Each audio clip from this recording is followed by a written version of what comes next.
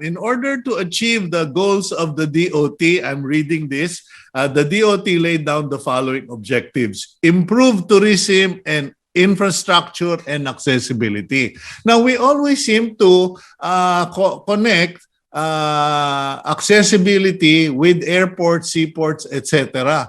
But nobody discusses price. And I was talking to a very big businessman who understands the industry and airports and airlines. And sabi niya, Sito, have you ever noticed how our local flights cost the same as going to Singapore, Hong Kong, etc.? So accessibility has nothing to do with airport, but with airfare. What say you, Tet and Jojo? Well, I agree. But that is something, well, maybe beyond our control, but it should be reviewed also because, again, the increasing prices of airfare will affect the travel, the desire to travel locally. True.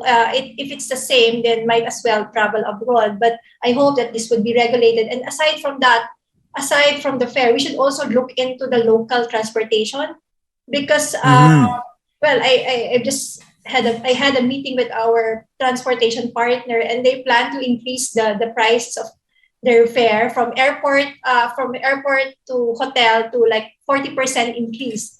And then I tried to control because I said to him that it will not entice a traveler to go to our hotel because the cost of transportation is the same as a room night cost. Mm-hmm. So I hope there's a better, means of transportation to where the hotel guests can use to travel around the city and travel around the country.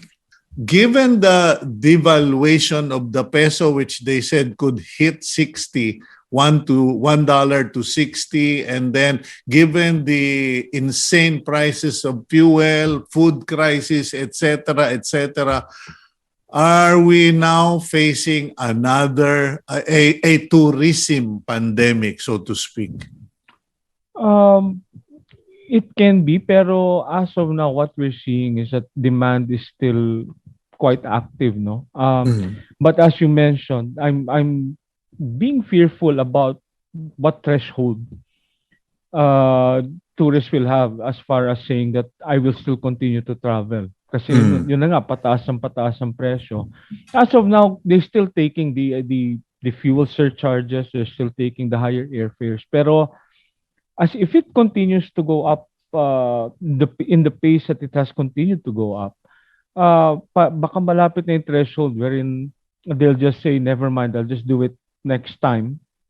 Pag medyo bumaba na, let's say if you're from Europe, I'll just do inter-Europe travel na lang muna, or at the very least go to the US for my vacation, which is cheaper.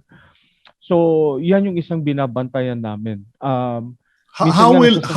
Sorry Jojo, how will you guys deal with this? Will you be forced to go back to tama na kami sa break even, or we will just have to cut to the bone, etc.? Because that was what happened in the COVID pandemic. If we have a tourism pandemic, Tet, are you going to be forced to do that again? Well, it's actually a weekly balancing act sa atin. Wow. Because we check because of the increasing price of raw materials, not only food, but even the hotel supplies, all of them are increasing. So we have to, to determine the optimal price that the guests or foreign or international local tourists are willing to spend. So we cannot price it too high that it will discourage them not to stay. So, but it should remain competitive also.